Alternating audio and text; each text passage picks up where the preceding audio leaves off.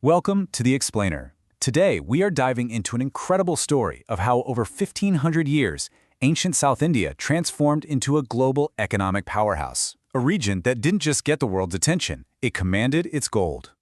You know, it's a question we're still wrestling with today, but the answers from 2,000 years ago might sound surprisingly familiar. It's a story about building bridges, about a spice so valuable they called it black gold, about bitter rivalries that were literally carved in stone, and about empires that ran like massive corporations, projecting power across entire oceans. All right, so this timeline is basically our roadmap. We're going to kick things off in the Sangam Age, an era of almost legendary trade. Then we'll move through the rise and fall of these foundational empires that built up the region's power, all leading to the grand finale, the Imperial Cholas, who were the real deal, a true economic and military superpower. Okay, to wrap our heads around this huge chunk of history, we're going to use a really simple but powerful analogy. Just think of South India's economic story like the growth of a modern port city. It starts out as this wild, bustling free trade zone, then it starts building up all this critical infrastructure, and finally it evolves into something like a massive multinational corporation. All right, first up, let's jump into that initial phase, what we're calling the free trade zone. And the key players here, the dynasty that really set the stage for everything to come, the Satavahanas. So picture this, the giant Mauryan Empire collapses, leaving this huge power vacuum. The Satavahanas step right in and bring stability to the whole Deccan region. But they did more than just rule. They became this vital economic bridge, linking the markets of the north with all those booming southern ports. And that stability, led by rulers like Gautamiputra Satakarni, was the absolute first step needed for trade to really take off. And get this is a really fascinating peek into their society. As the slide says, a lot of their kings used metronomics. They actually took their mother's name. A king called Gautamiputra was proudly calling himself the son of Gautami. In a world that was overwhelmingly patriarchal, this was a huge deal, and it tells us a lot about the high status women held in their empire. Okay, now we're heading deep south, right into the heart of what we called that bustling free trade zone, the Sangam Age. This was an era of just explosive wealth, and it was all fueled by a world that was hungry for South Indian goods. So this whole era was run by three major players, the three crowned kings. And just look at what they accomplished.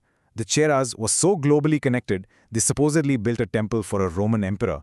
The early Cholas engineered the Kallanai Dam, a dam that's still in use 2,000 years later. I mean, wow! And the Pandyas, they sponsored the famous literary councils that gave this whole age its name. And here's the key thing to remember. This wasn't just some local market stuff. We're talking about a global phenomenon. The Roman Empire, in particular, was absolutely obsessed with South Indian luxuries. We're talking pearls, fine textiles, and especially pepper. Pepper was so incredibly valuable it earned the nickname Black Gold, and it was the real engine of this whole economy. And this quote, man, this really drives home the kind of economic muscle we're talking about. The balance of trade was so tilted in South India's favor that Roman writers were literally complaining that their empire was being bled dry, with a constant river of gold and silver flowing east just to pay for these Indian luxuries. Okay, so after the wild gold rush of the free trade era, we get to the next stage in our port city analogy, building up the infrastructure. And this whole period was defined by an epic rivalry between two competing powers, the Pallavas and the Chalukyas, whose battle for supremacy was, well, literally forged in stone. And this rivalry, it was the stuff of legends, a real clash of titans. You had the Chalukya king, Pulakeshin II, famous for stopping the mighty northern emperor Harsha dead in his tracks. And on the other side, you had the Pallava king, Narasimhavarman I, who didn't just beat Pulakeshin, he sacked his capital city and took the title Conqueror of Vatapi. But here's the thing, this fight wasn't just happening on the battlefield, it was an economic and cultural showdown. Both sides poured their wealth from trade into building these breathtaking stone temples. Think of them as giant billboards basically screaming, "We are in charge."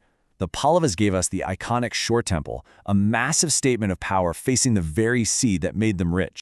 And that brings us to the final form, the ultimate evolution in our port city model, the Cholas. They took all the wealth, all the infrastructure, and all the ambition of the eras that came before them, and they built something totally new. A true multinational corporation, an empire that dominated on land and at sea. So how did the Cholas show they were the new bosses? With architecture that is just mind-blowing. The Emperor Rajaraja I built the Brihadisvara Temple. And just look at this stat. The single granite block at the very top weighs 80 tons. Seriously, how on earth do you get an 80-ton piece of granite up there over 1,000 years ago? This wasn't just a temple. It was a flat-out declaration of unbelievable wealth and engineering. But their power wasn't just for show. The Cholas had what you might call corporate security, and it was a seriously powerful navy. Under Rajendra I, their fleet launched this incredible expedition all the way to modern-day Indonesia. And why? Not for conquest, but to pull off a targeted strike against a rival power that was messing with their shipping lanes. It was basically a corporate raid on a massive geopolitical scale. And what's maybe even more impressive is that their internal management, their corporate structure, if you will, was just as sophisticated. While the emperors were in charge, the Cholas had this amazing system of local self-government. You had these assemblies, like the and the Sabah, that acted like highly organized village republics, handling all the local stuff with a ton of autonomy. And that freed up the central government to focus on the big picture, their global strategy. So, after this epic 1,500-year ride, let's step back for a second. What were the real economic engines that powered this whole story, from a simple free trade zone all the way to an ocean-spanning empire? Well, a few key things were going on. First, you had South India's location. It was prime real estate, right on the maritime Silk Road that connected the East and the West. Second, you had these incredibly powerful merchant guilds, groups like the Monogramam and Ayavoli, that acted like ancient corporations, controlling the trade networks. And the result? A huge, consistent trade surplus, all driven by the fact that they were producing luxury goods like pepper, pearls, and textiles that the rest of the world just couldn't get enough of. So, what's the big takeaway here? What can these ancient empires teach us about how the world works today? It's a powerful reminder that the principles of global economic power are pretty timeless. You control the vital trade routes, you produce high-value goods that everyone wants, and you have the power to protect it all. The rulebook for global influence? Well, it hasn't really changed that much. Just the players.